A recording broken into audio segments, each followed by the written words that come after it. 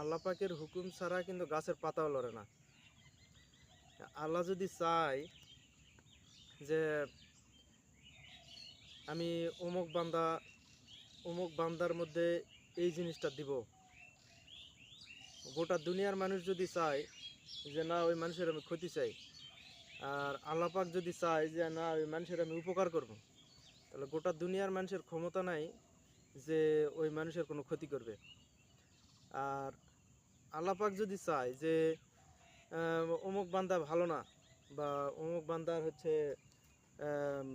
কোনো যেন উন্নতি না হয়, পুরা দুনিয়ার মানুষ যদি চেষ্টা করে তার উপরে তুলে দেওয়ার ক্ষমতা নাই, কেউ পারবে না। এই কথাটা সবসময় মনে রাখবেন, আর সবসময় আল্লাহর পাকের কাছে শুকরিয়া আদায় করবেন। সুবহানাল্লাহ, আলহামদুলিল্লাহ, লা ইলাহা ইল্লাল্লাহু, আল্লাহু আকবার। এই ধরনের বিভিন্ন জিকির আছে।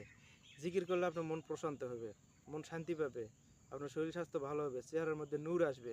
এরকম বহুত আরও উপকার আছে। আপনি জিকির করেই দেখেন, কি মজা পাবেন।